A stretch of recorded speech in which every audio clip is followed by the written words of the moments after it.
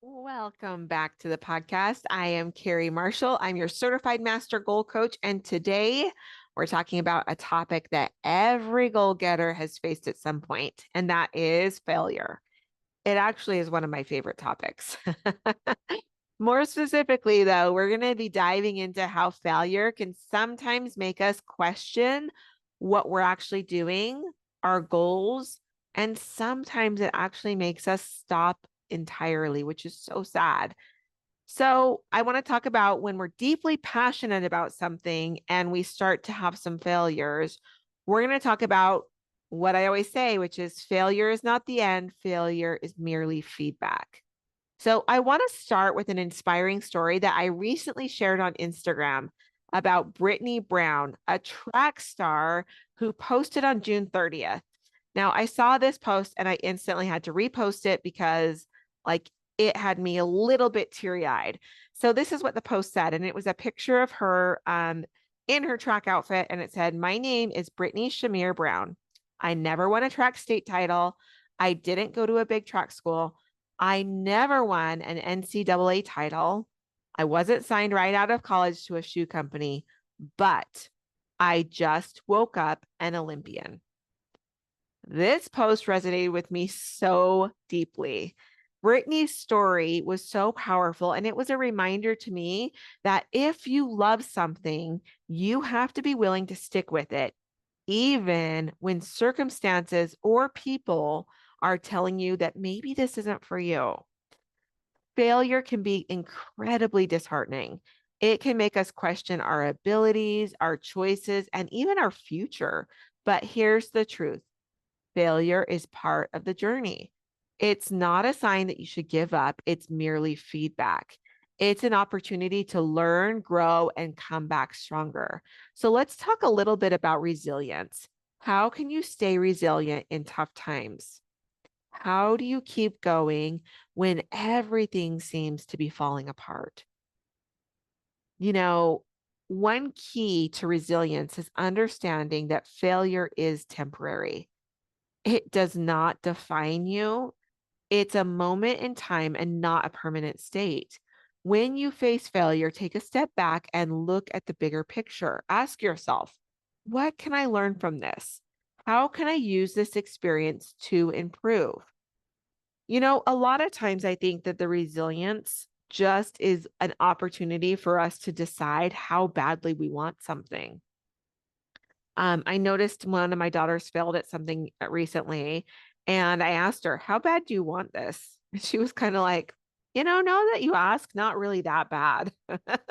I thought she was going to like really dig deep and be like, "I want this, like I'm willing to do this." But really, she was kind of like, I mean, kind of. And so I was like, oh, good to know.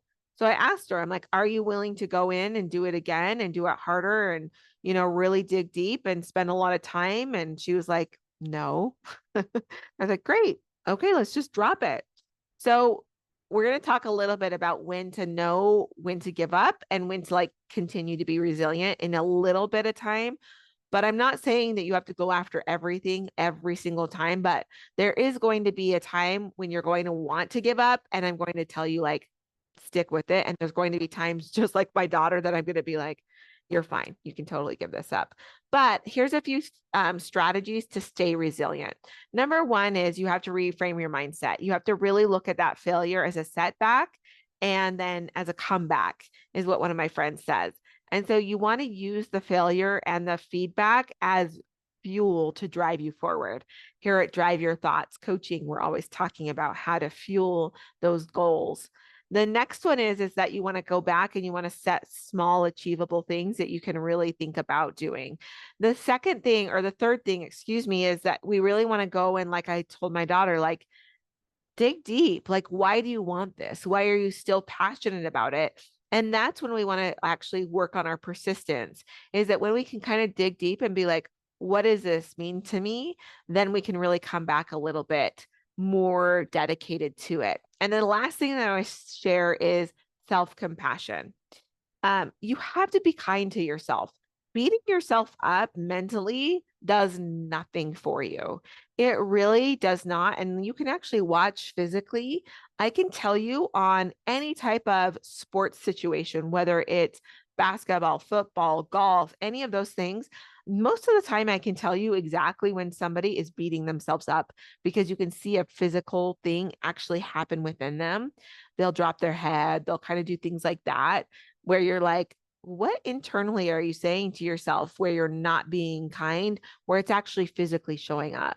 So remember that we all face setbacks and mistakes and failure, but then how do we bring in self-compassion? How do we talk to ourselves so that it will actually end up helping us instead of hindering us?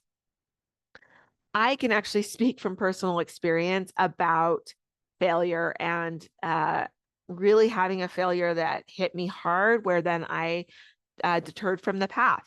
I've always wanted to be a writer. I started reading at a really, really young age. I can't remember exactly how old I was, but my oldest brother was going to school and he was bringing back books for me and teaching me how to read. And this was like when I was really, really young, like 3 or 4. I learned how to read, and it's always been something that I've been amazed at and passionate about. And so I really wanted to write, but I had a couple of people around me who weren't supporting that dream as I started to get into my high school years and into college. I even had a college professor who told me that my writing style wouldn't make it in the industry. And that was a really tough pill to swallow.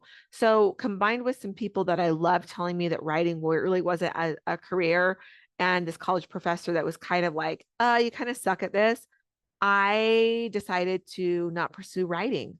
I let those negative voices really deter me from the path. And I just decided that writing wasn't for me. And so I stopped. Now let's fast forward to today, where now I'm a goal coach, right? I'm a certified master coach. But guess what? I'm also an Amazon bestseller in self improvement books. I have gone out and written a book, but I'm not only that, I am also a bestseller in the young adult rom-com. So I've written some fiction under a pen name. Not only that, but I have books that I have ghostwritten that are on the USA Today bestseller list. I have a book right now that is bound and determined from a ghostwriting project to be a New York Times bestseller. And so I look back and I kind of giggle a little bit. Like, that's funny that I kind of let those things get in the way.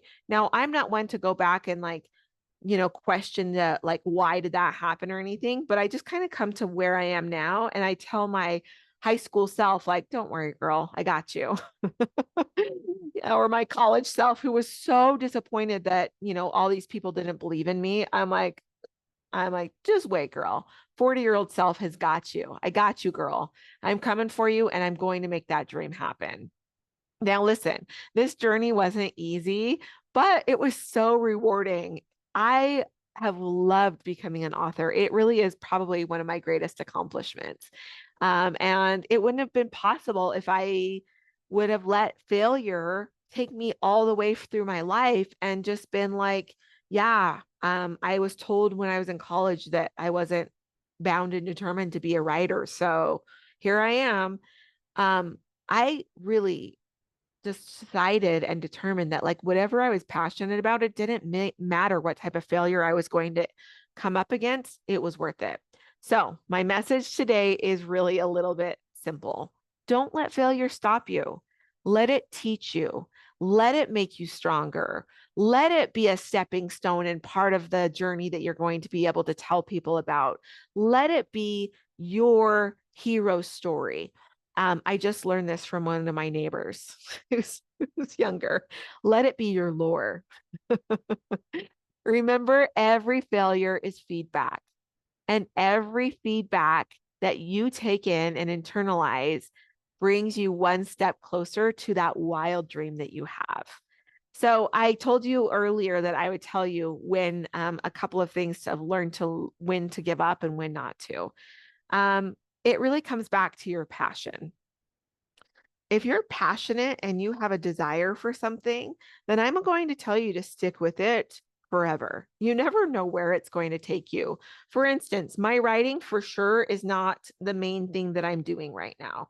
I'm definitely not making um, any type of amazing money from writing books, but I know it's going to come.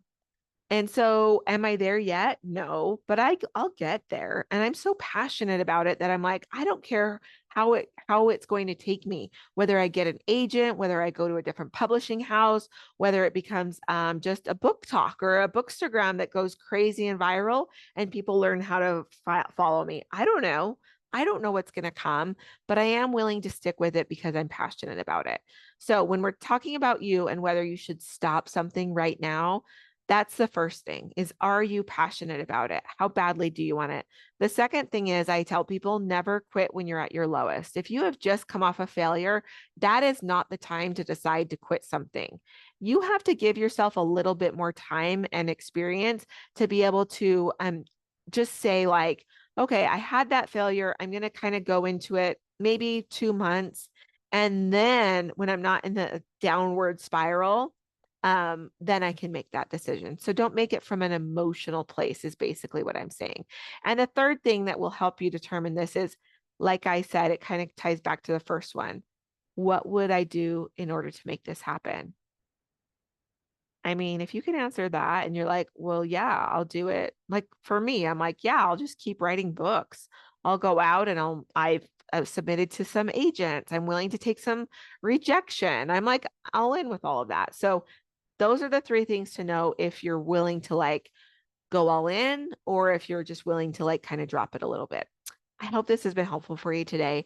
Let's go over to Instagram and let's talk about failure. You know, it's one of my favorite topics. So let's like dive into it.